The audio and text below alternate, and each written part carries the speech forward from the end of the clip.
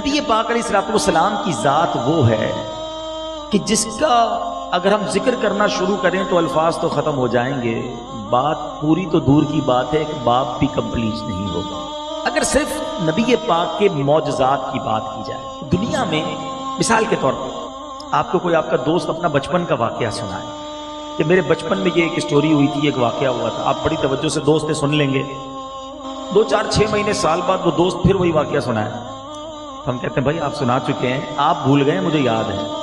تیسری بار سنائے کہ یار ایک ہی بات بار بار کیوں دہراتے ہو؟ یعنی ہماری عادت یہ ہے، بینگ اے ہیومن بینگ، ہمیں ایک ہی بار بار سننے میں مزہ نہیں آتا۔ ٹھیک ہے، کتاب، لوگ بڑا بک لور ہوتے ہیں، کتاب بہت شوق سے پڑھتے ہیں، مگر جو کتاب آپ کو پسند آ جائے، بڑی پسند آ جائے، کتنی بار پڑھیں گے؟ 1 بار، 2 بار، 3 بار، پھر پڑھنے کو جی نہیں چاہے گا کہ بھائی لائبریری میں رکھ دو، 2 بار تو پڑھ لی، 3 بار پڑھ لی، تقریباً یاد ہو گئی ہے۔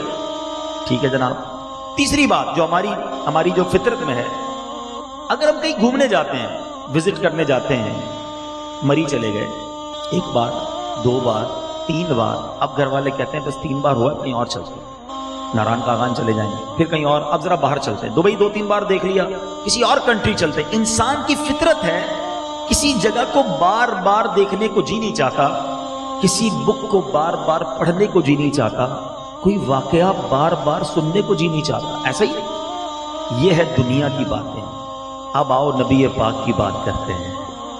جب سے ہوش سنبھالا ہے سورج کے پلٹنے کا واقعہ سن رہا ہوں، جب سے آنکھ کھلی ہے چاند کے 2 ٹکڑے ہونے کی بات سن رہا ہوں، جب سے عقل آئی ہے ابو ہریرہ کے اس پیالے کا ذکر سن رہا ہوں، جب سے جناب عقل آئی ہے کچھ علماء کی صحبت میں بیٹھنا شروع کیا ہے، میں نبی پاک کے بارے میں سنتا ہوں کہ ابو قتادہ کی آنکھ واپس لگائی تھی، کبھی یہ سنتا ہوں کہ جناب آقا لعاب دہن سے خاری کنویں میٹھے کیا کرتے ہیں، کبھی یہ سنتا ہوں کہ آقا منبر پر بیٹھ کر اشارہ کرتے ہیں تو بارش برسنا شروع ہو جاتی ہے، نبی پاک دعا کرتے ہیں تو بارش رک جاتی ہے۔ کبھی دل نے یہ نہ کہا کتنی بار سنو گے، کتنی بار سناؤ گے، ارے محبوب کی بات جب کی ہے ایمان تازہ ہوا ہے، جب سنی ہے عشق میں اضافہ ہوا ہے۔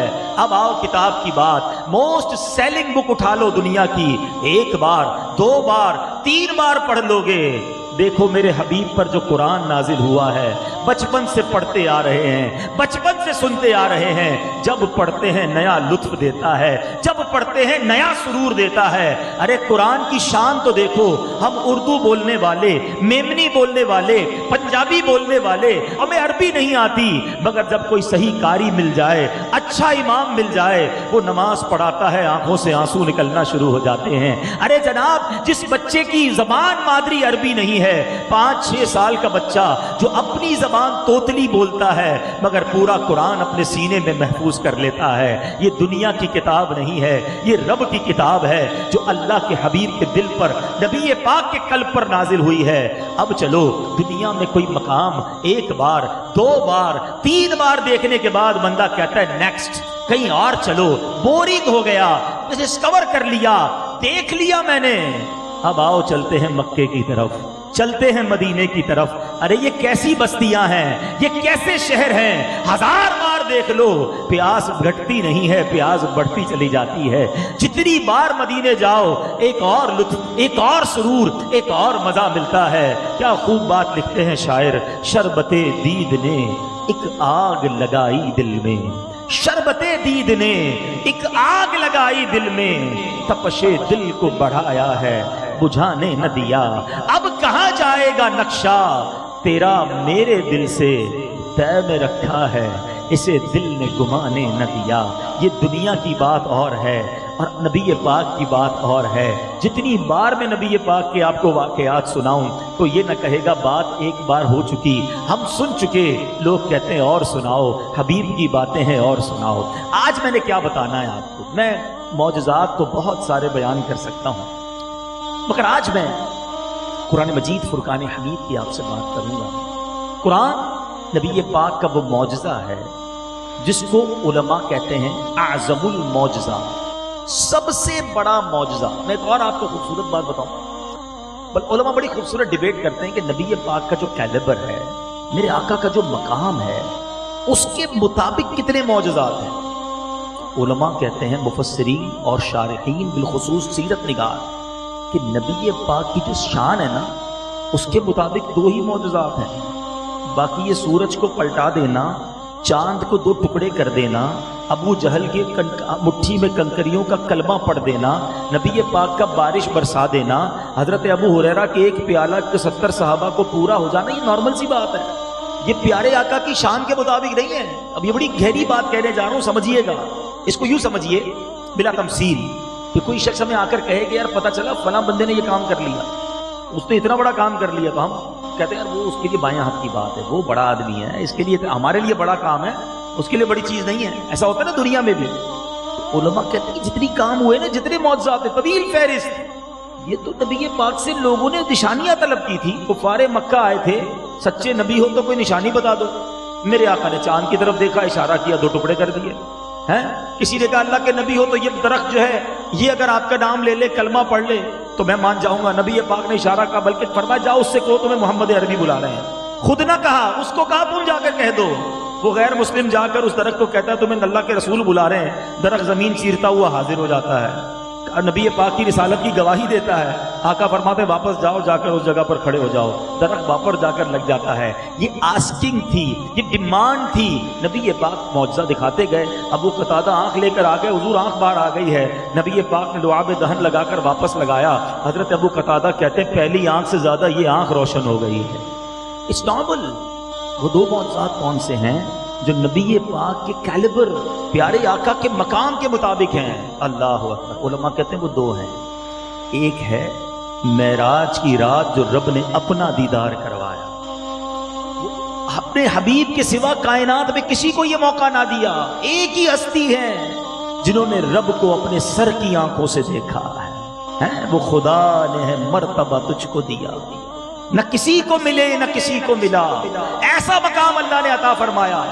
اور دوسرا علماء کہتے ہیں قرآن مجید فرقان حمید، کہ یہ اگر کسی پہاڑ پر نازل ہوتا، خود قرآن کہتا ہے، تو وہ پہاڑ ریزہ ریزہ ہو جاتا. مگر قلب مصطفیٰ کو وہ طاقت دی گئی. میں کل ایک سورہ مائدہ کی میں تفسیر پڑھ رہا تھا، تو اس کی شان نزول میں لکھا تھا کہ جب یہ سورہ مائدہ نبی پاک پر نازل ہوئی نا، تو نبی پاک جس سواری پر تھے، اونٹنی، وہ اونٹنی نبی پاک کا بوجھ نہ اٹھا سکی. نبی پاک کو سواری سے نیچے اترنا پڑا. جب وہ وحی کا بوجھ آیا قلب مصطفیٰ پر، ویسے سوار تھے اس اونٹنی پر، لیکن جب اونٹنی پر موجود تھے اور وہ آیتیں نازل ہوئیں تو اونٹنی نے بوجھ اٹھانے سے انکار کر دیا. یہ شان ہے، یہ قوت ہے نبی پاک علیہ الصلوۃ والسلام کی جو رب نے عطا فرمائی. پہلے شک کے صدر کیوں ہوا تھا؟ پہلی وحی جب ہوئی غار حرا میں، نبی پاک کے دل اقدس کو چیر کر اس میں نور بھرا گیا تاکہ اب وحی کا نزول ہونا ہے تو وہ بوجھ قلب مصطفیٰ اٹھا سکے. یہ شان ہے میرے آقا کی. تو اب بات کرتے ہیں قرآن مجید فرقان حمید کی. مگر بدقسمتی سے آج ہم قرآن سے دور ہیں. ہم قرآن پڑھنے میں بہت کمزور ہیں. آج اگر بات کریں تو بہت سارے سافٹ ویئر ہیں ہمارے پاس، واٹس ایپ، پتہ نہیں نام بھی تو نہیں پتا، انسٹاگرام تو فیس بک تو ٹویٹر، پتہ نہیں کتنے سافٹ ویئر ہیں. اچھا بھائی کب کب آن کرتے ہو؟ ایک دن میں کئی بار آن کرتے ہیں. ہو سکتا ہے کسی کا تو ابھی بھی کوئی سافٹ ویئر آن ہوگا. اب آن لائن کیے سافٹ ویئر. قرآن کب آن لائن کیا؟ پچھلے رمضان میں پڑھا تھا. اب کب پلان ہے؟ اگلے رمضان میں کچھ پڑھ لیں گے. سال میں ایک بار قرآن آن لائن، باقی سارے سافٹ ویئر روز آن لائن. مجھے بتاؤ قبر میں کون سا سافٹ ویئر آن لائن ہوگا؟ سارے آف لائن ہو جائیں گے. قرآن قبر میں بھی آن لائن ہوگا. بتاؤ ہم میں سے کون ہے جو قرآن تھامے ہوئے؟ کون ہے جو قرآن پڑھتا ہے اور روز پڑھتا ہے؟ اور قرآن میں کتنے امیزنگ، کتنے حیرت ناک اور کتنے جس کو آپ کہیں کہ زبردست میسیجز ہیں ہمارے لیے. پچھلی قوموں کے واقعات رب نے بیان کیے کہ سمجھ جاؤ، سدھر جاؤ. مگر آج پڑھنے کا شوق ہی نہیں، سمجھنے کا ٹائم ہی نہیں. آج میں قرآن کا آپ کو وہ واقعہ سنانے جا رہا ہوں کہ سب سے پہلی کشتی کب بنائی گئی. آج لوگ کہتے ہیں انوینشن کی بات کرو، کس نے کون سی چیز ایجاد کی. بچپن میں اسکول میں تھے تو بلب کس نے بنایا، تو جہاز کس نے بنایا، ٹائر کس نے بنایا، سب پڑھتے تھے. نہ ہم نے پڑھا نہ ہمارے بچوں نے پڑھا. سوچو سب سے پہلی کشتی کس نے بنائی؟ اور the first ever cyclone، سب سے بڑا طوفان کب آیا؟ یہ ایسا امیزنگ واقعہ ہے، پڑھیں تو عقل حیران ہو جاتی ہے. یہ واقعہ ہے حضرت نوح علیہ السلام. سورہ ہود میں 12ویں پارے میں، اور قرآن میں تو کئی جگہوں پر، میں آپ کو صحیح بتاؤں قرآن پڑھے تو پتہ چلے، سورہ اعراف، سورہ یونس، سورہ ہود، سورہ انبیاء، سورہ مومنون، سورہ شعراء، سورہ عنکبوت، سورہ صافات، سورہ قمر اور سورہ نوح، ان سب میں حضرت نوح علیہ السلام کے واقعے کی کچھ نہ کچھ تفصیل موجود ہے۔ اتنی جگہوں پر رب نے قرآن میں یہ بیان کیا۔ حضرت نوح علیہ السلام کا نام کیا تھا؟ یہ آپ کا نام نہیں ہے، دیکھیں نوح یہ آپ کا لقب ہے، آپ کا نام یا تو یشکر تھا یا عبد الغفار تھا۔ نوح یہ بنا نوحے سے، آپ بہت روتے تھے اللہ کی بارگاہ میں، بڑی گریہ وزاری کرتے تھے، اس آپ کی گریہ وزاری آنسو بہانے کی وجہ سے آپ کا نام نوح پڑ گیا۔ حضرت نوح علیہ السلام نے 950 سال تبلیغ کی، 950 سال لوگوں کو دین کی طرف، اللہ کی طرف بلایا۔ کیا رزلٹ ملا؟ قوم مخالفت کرتی، مذاق اڑاتی، معاذ اللہ پاگل کہتی، خوب مارتی، آپ کو زد و کوب کیا جاتا۔ کتنے لوگ مسلمان ہوئے؟ آپ پر ایمان لائے 950 سال کی کوششوں کے بعد 80 افراد ایمان لائے۔ ذرا غور کرو، اتنی سٹرگل، اتنی کوشش، صرف 80 لوگ ایمان لائے۔ سیکھنے کو کیا ملا؟ کہ دین کا کام آسان نہیں ہوتا ہے، نیکی کے کام میں مشکل آتی ہے۔ آج ہم یا بہت سارے ایسے لوگ بیٹھے جو کچھ نہ کچھ دین کا کام کرتے ہیں، یا کبھی خود بھی نیکی کرنا شروع کرتے ہیں تو کہتے ہیں اب نیکی کا زمانہ نہیں رہا بھائی، لوگ دل توڑتے ہیں۔ میں نماز پڑھتا ہوں تو مذاق اڑاتے ہیں، میں سنتوں پر عمل کرتا ہوں تو لوگ میرا مذاق اڑاتے ہیں، تو سنت کٹوا دیتے ہیں، نماز چھوڑ دیتے ہیں، نیک ماحول کی طرف آنا چھوڑ دیتے ہیں۔ بس اتنا حوصلہ، اتنا دین پر چلنے کا جذبہ۔ ارے 950 سال تانے سنتے رہے، 950 سال تکلیف اٹھائی، اللہ کے نبی صرف 80 لوگ ایمان لائے۔ ثابت قدمی دیکھو، دین کے کام میں ہمت کرنی پڑتی ہے۔ اللہ کے حبیب صلی اللہ علیہ وسلم تو رب کے حبیب ہے نا، آپ کی وجہ سے کائنات بنائی گئی، تھوڑا ستایا گیا، قدم قدم پر تکلیف پہنچائی گئی۔ بھول گئے وہ طائف کا میدان جہاں نبی پاک صلی اللہ علیہ وسلم پر اتنے پتھر برسائے گئے کہ آپ کے نالین خون سے بھر گئے۔ جبریل امین آئے تھے پہاڑوں کا فرشتہ لے کر، حضور حکم فرمائے میں ان دونوں پہاڑوں کو ملا کر اس بستی کو تہس نہس ختم کر دوں۔ آپ نے فرمایا نہیں، یہ قوم نہیں پہچانتی، اس کے بعد والے پہچان جائیں گے، میں عذاب کے لیے نہیں رحمت للعالمین بنا کر بھیجا گیا ہوں۔ حدیث پاک کا مضمون ہے۔ یہ کیا تھا؟ یہ صبر تھا، یہ ہمت تھی۔ نبی پاک کی سٹرگل، 53 سال مکے میں رہے، کتنے لوگ مسلمان ہوئے؟ کبھی اس کیلکولیٹ کیا آپ نے؟ چلے آج میں آپ کو چھوٹی سی کیلکولیشن بتاتا ہوں تاکہ پتہ چلے اسلام کی ملٹیپلیکیشن کیسے ہوئی ہے۔ نبی پاک جب 53 سال میں مکے سے مدینے ہجرت کر کے جاتے ہیں تو 80 کے قریب مسلمان جو ہے ہجرت کرتے ہیں، ٹھیک ہے، حبشہ کی ہجرت میں 80 ہیں، 100-150 لوگ پہنچتے مدینے۔ اور اب جناب جب 2 ہجری میں بدر کا مارکا ہوتا ہے تو کتنے مسلمان ہوتے ہیں؟ 313۔ 40 سال کی عمر میں اعلان نبوت کیا ہے، 15 سال ہو گئے، 13 سال مکے میں، 2 سال مدینے میں، 15 سال میں کتنے مسلمان ہوئے؟ 313 بدر میں ہیں، تھوڑے سے مدینے میں سمجھ لیں، خواتین وغیرہ ہوں گے، آل ٹوگیدر 500۔ نبی پاک کی 15 سال کی محنت کے بعد 500 لوگ ایمان لاتے ہیں۔ بدر کے میدان میں وہ دعا کی تھی نا نبی پاک نے کہ اے اللہ اگر آج یہ مارے گئے تو دنیا میں تیرا کوئی نام لینے والا نہیں ہوگا۔ دیٹس اٹ، یہی مسلمان تھے۔ اب دیکھو جب 2 ہجری ہو گئی، اب اس کے بعد 2 ہجری سے لے کر 8 ہجری تک یہ سٹرگل نے کیا رنگ لائی، کیا کمال ہوا کہ اب 8 ہجری میں جب مکہ فتح ہوتا ہے تو 10,000 کا لشکر لے کر میرے آقا مدینے سے مکے کو جاتے ہیں۔ from 500 to 10,000، یہ 6 سال میں یہ اسلام پھیلا۔ اور 8 ہجری میں 10,000 لے کر جب مکے جاتے ہیں، بڑے بڑے دشمنوں کو معاف کرتے ہیں، بڑے بڑے سرداروں کو معاف کرتے ہیں۔ اب اسلام کیسے پھیلا؟ اذا جاء نصر اللہ والفتح ورأیت الناس يدخلون فی دین اللہ افواجا۔ اب فوج کے ساتھ فوج در فوج لوگ ایمان لانے لگے۔ آقا نے وہ کرم کے دریا بہائے، وہ معافی کا اعلان کیا۔ 8 ہجری میں 10,000 لوگوں کو لائے تھے، اور 10 ہجری میں جب حجۃ الوداع ہوتا ہے، میدان عرفات میں میرے آقا خطبہ دیتے ہیں اور 1,24,000 کا لشکر سامنے موجود ہے، 1,24,000 صحابہ موجود ہیں۔ وقت لگتا ہے،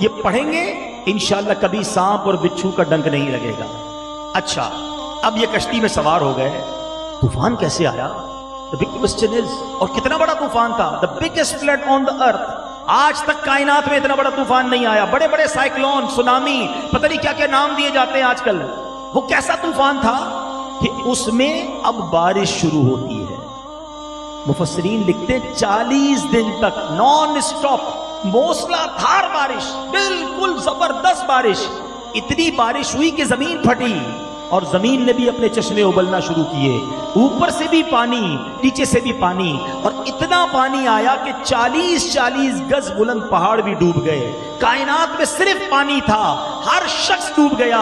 یہ 80 لوگ اور یہ جانور اس کشتی میں موجود تھے۔ آپ کی ایک بیوی وائلہ جو کافرہ تھی وہ بھی سوار نہ ہوئی۔ حضرت نوح علیہ السلام کا ایک بیٹا کنعان تھا، ایمان والا بنتا تھا، دل سے منافق تھا۔ حضرت نوح نے کہا بیٹا آ جاؤ، کہتا ہے بابا جان میں کسی پہاڑ پہ چڑھ کے پناہ لے لوں گا۔ فرمایا آج جو طوفان آنا ہے کوئی نہیں بچے گا، آ جاؤ۔ مگر چونکہ اس کے دل میں ایمان نہ تھا وہ نہ بیٹھا اور طوفان میں وہ بھی غرق ہو گیا۔ اے میرے پیچھے اسلامی بھائیوں، اب کیا ہوا؟ اب حضرت نوح علیہ السلام کو آدم ثانی کہا جاتا ہے۔ اس کی وجہ یہ ہے کہ آپ ہی کی نسل سے باقی دنیا چلی ہے۔ اب جتنے بھی ہم لوگ ہیں، حضرت آدم کے بعد حضرت نوح کے خاندان کے وہ 80 لوگ تھے جن سے پوری دنیا کا نظام چلا۔ سبحان اللہ، بڑی خوبصورت بات علماء لکھتے ہیں، حضرت نوح جو ہے وہ چوتھے نبی ہیں، اس کے بعد جتنے انبیاء ہیں سب حضرت نوح کی اولاد سے ہیں۔ اب کیا ہوا؟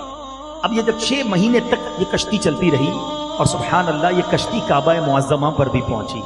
کائنات میں ایک ہی بے جان چیز ہے جس نے کعبے کا طواف کیا، وہ حضرت نوح علیہ السلام کی کشتی تھی۔ اس نے کعبے کا طواف بھی کیا، پانی پہ چلتے رہے۔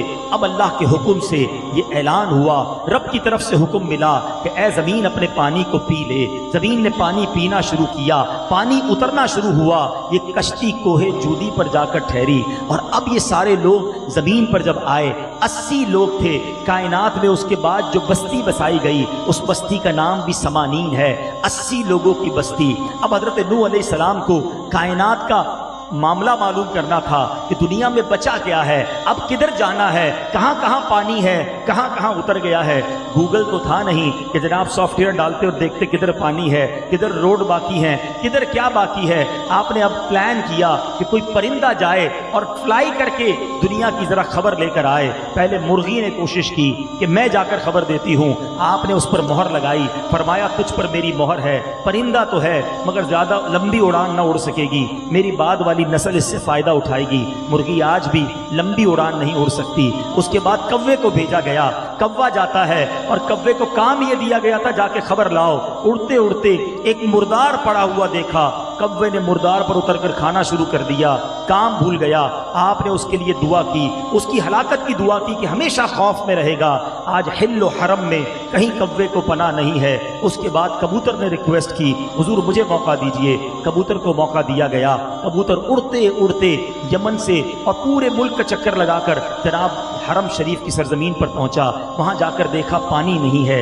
تو زمین پر اترا، اس کے پیروں پر لال مٹی لگی، پیر سرخ ہو گئے۔ کبوتر نے آ کر بتایا کہ حضور حرم کی زمین جو ہے وہاں پر پانی بالکل اتر چکا ہے، اب آپ ایک مہربانی کیجئے، مجھے حرم ہی کی خدمت دے دیجئے، میرے پیروں میں لال خضاب عطا کر دیجئے، میری گردن میں ہاروں کا طوق دے دیجئے۔ حضرت نوح نے دعا کی تھی، جو آج کبوتر کی گردن میں مجھے اور آپ کو ایک ہار نظر آتا ہے، لال پیر نظر آتے ہیں، مکے مدینے میں اڑتے نظر آتے ہیں، یہ ایسے ہی نہیں، یہ اللہ کے نبی کی فرما برداری تھی تو یہ پرندہ وہاں پہنچا۔ میرے میٹھے اسلامی بھائیوں، میں بہت غور سے دیکھ رہا ہوں، بچوں سے لے کر بڑے، ایوری بڈی ویری دلچسپی کے ساتھ، انٹرسٹ کے ساتھ آپ یہ واقعہ سن رہے ہیں۔ یہ واقعہ اب کیوں سن رہے ہیں؟ یہ تو اللہ کے قرآن میں موجود ہے، کلام پاک میں ایسے بہت سارے واقعات ہیں، صرف یہی تو افسوس ہے ہم دنیا بھر کے ناول، ڈائجسٹ، کہانیاں پڑھتے ہیں، قرآن کے واقعات نہیں پڑھتے۔ مزہ تو یہ آئے کہ روز میں اپنے بچوں کو بٹھا کر کہوں کہ چلو میرے بچوں آج قرآن کی بات سناتا ہوں،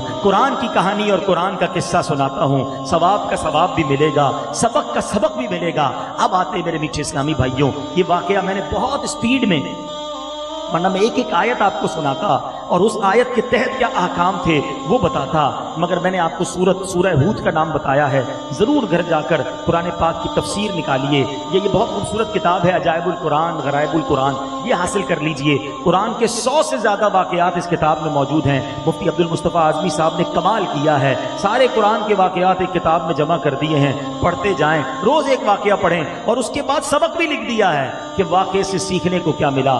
اب آتے ہیں سبق کی طرف۔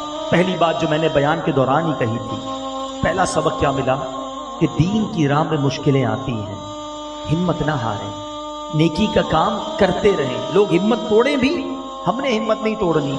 امیر اہل سنت کا وہ شعر یاد کر لیں، پیارے مبلغ معمولی سی مشکل پہ تو گھبراتا ہے، پیارے مبلغ معمولی سی مشکل پہ تو گھبراتا ہے، دیکھ حسین نے دین کی خاطر سارا گھر قربان کیا۔ امام حسین کا پنجتن کے غلام بھی کہلاتے ہیں، وہ پیاسے کا سرزمین کربلا پر شہید ہو گئے، اور ہمیں تھوڑا ہی کوئی زبان محبت سے نہ بات کریں، ہم چھوڑ دیتے ہیں کام، ہم نیکی کے کام سے پیچھے ہٹ جاتے ہیں، نہیں یار میں نہیں کروں گا یہ کام، میں کرتا ہوں، لوگ بات ہی نہیں سنتے میری، ایسا نہ کریں۔ دوسری بات جس واقعے سے سیکھنے کو ملی کہ آپ کے قوم نے آپ کی بات نہ مانی، نافرمانی، اللہ کے نبی کی نافرمانی یہ عذاب لانے کا سبب بنتی ہے۔ آج ہم پر کوئی عذاب تو نہیں آ رہا، لیکن ذرا سوچیں ہم کتنی باتیں مانتے ہیں نبی پاک، ہم پیارے آقا کے کتنے فرامین پر عمل کرتے ہیں۔ غور کریں اگر نبی پاک نے کیا کیا فرمایا۔ نبی پاک نے ہمیں نیچی نظروں کی حیا کے بارے میں فرمایا نا کہ آنکھیں نیچی رہیں، حیا کے ساتھ رہیں، حرام نہ دیکھیں۔ آج کون ہے جس کی آنکھیں حرام نہیں دیکھتی؟ پیارے آقا نے حرام سننے سے منع فرمایا، بلکہ یہاں تک فرمایا، حدیث پاک کا مضمون ہے کہ میں مزامیر کو مٹانے کے لیے، مزامیر کہتے ہیں میوزیکل انسٹرومنٹس، میں موسیقی کے آلات کو مٹانے کے لیے آیا ہوں۔ آج جس کو دیکھو میوزک، گانے، کہتے ہیں دن ہی نہیں گزرتا، پتہ نہیں کدھر سے یہ جملہ آ گیا کہ موسیقی روح کی غذا ہے۔ ارے موسیقی جہنم میں لے جانے والا کام ہے، یہ کان اس لیے دیے تھے اللہ نے۔ اللہ رسول کی باتیں سنیں، تلاوت سنیں، نعت شریف سنیں، اس کان کو حرام سے نہ بھریں، اور سمجھو یہ کان اور آنکھ کتنے نازک ہیں۔ آپ سرما لگاتے ہیں، کئی لوگ تو لگا ہی نہیں سکتے، کہتے ڈر لگتا ہے بھائی، بچپن میں امی لگاتی تھی، ہم سے تو نہیں لگتا تھا۔ اور کیوں ڈر لگتا ہے کہ کہیں سلائی آنکھ میں زور سے نہ لگ جائے۔ ایئر بڈز کان صاف کرتے ہو نا، کتنا ڈرتے ہیں کہ یار زور سے نہ ڈالا جائے، بہت نازک ہے کان، اتنا نازک ہے کان، اتنی نازک ہے آنکھ، اور حرام دیکھ رہے ہیں، حرام سن رہے ہیں، سوچتے نہیں اگر جہنم کی کیل ٹھوکے گئے تو کدھر جائیں گے۔ خدا را یہ اللہ کی نعمتیں ہیں، آنکھ، کان، زبان، ہاتھ، پیر، اس کی قدر کیجئے، ورنہ قیامت کے دن ان تمام باتوں کا جواب کیسے دیں گے؟ اس قوم کو تو غرق کر دیا گیا، اور نبیوں کے واقعات پڑھیں، جھوٹ بولا اللہ نے عذاب بھیج دیا، ملاوٹ کی تو عذاب آ گیا، بدکاری کی تو عذاب آ گیا، ایک دن ہفتے کے دن شکار کر لیا، ہیرا کر کے حرام کمایا، ایک دن حرام کمایا، عذاب آ گیا، ان کے چہرے بدل دیے گئے، بندر بنا دیے گئے۔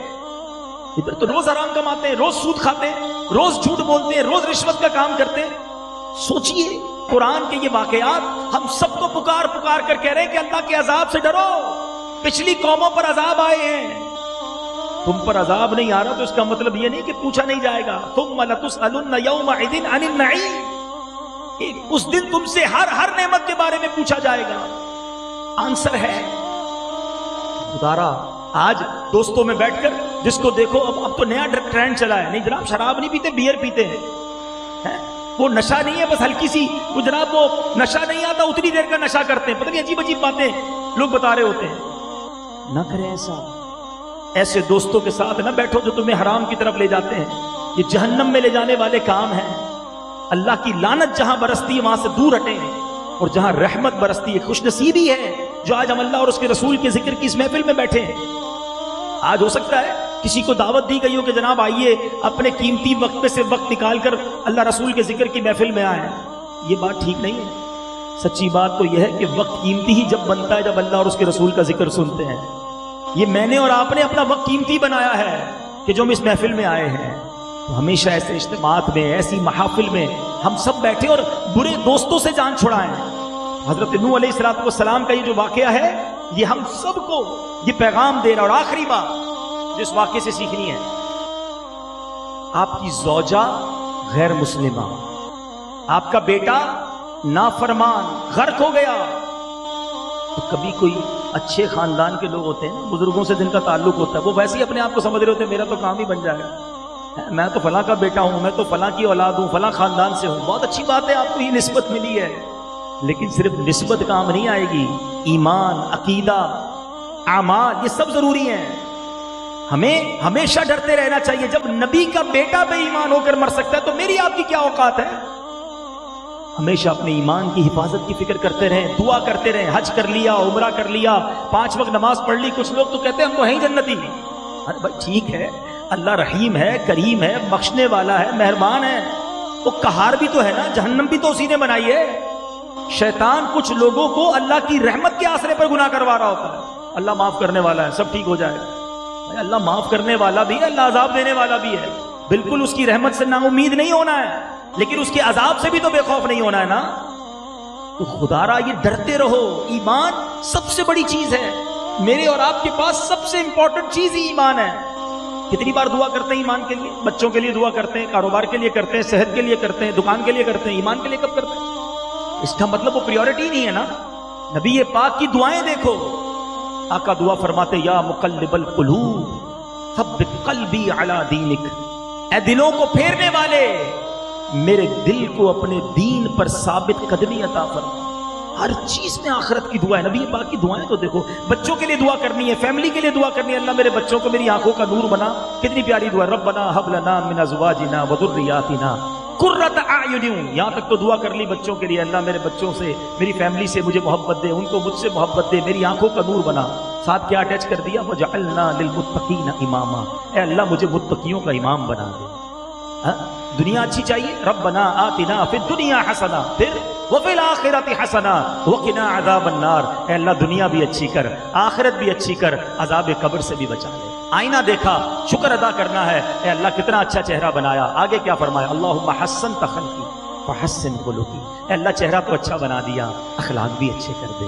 ایوری تھنگ، ذرا سوچو ان دعاؤں میں کیا تھا، ہماری دعاؤں میں آخرت کہاں ہے، ہماری دعاؤں میں باطن کہاں ہے، ہمارے دعاؤں میں دل کی صفائی کدھر ہے؟ کاروبار اچھا ہو جائے، بزنس اچھا ہو جائے، بیماری دور ہو جائے، بچہ امتحان میں پاس ہو جائے، فلاں جگہ رشتہ ہو جائے۔ میں نہیں کہتا دعا نہ کریں، ضرور کریں، اللہ سے نہیں مانگو گے تو کس سے مانگو گے؟ مگر آخرت کو کیوں بھول جاتے ہو، ایمان کو کیوں بھول جاتے ہو، کردار کو کیوں بھول جاتے ہو؟ ایوری دعا، نبی پاک کی دعائیں تو پڑھو، ہر دعا کے اندر خوبصورت درس ہے، ہر دعا کے اندر ہمیں بتایا جا رہا ہے کہ دیکھو آخرت کو نہ بھول جانا، ادھر کی بات نہ بھول جانا۔ بہرحال میرے بیچ اسلامی بھائیوں، اور ایک اور بات، ایک نقطہ اور سیکھنے کو ملا کہ اگر کسی نیک شخصیت، ولی اللہ، بزرگ کی اولاد بگڑی ہوئی ہو تو اس سے اس بزرگ کو کرٹیسائز نہیں کیا جاتا، اس کا کوئی قصور نہیں ہے۔ اولاد ایک حد تک ماں باپ کی ذمہ داری ہے، ورنہ اگر یہاں چلے گی بات تو کدھر تک جائے گی؟ حضرت نوح کا بیٹا، حضرت آدم کا بیٹا قابیل کو بھول گئے، قابیل نے قتل ہی کیا تھا نا، دنیا میں سب سے پہلا قتل کرنے والا قابیل ہے۔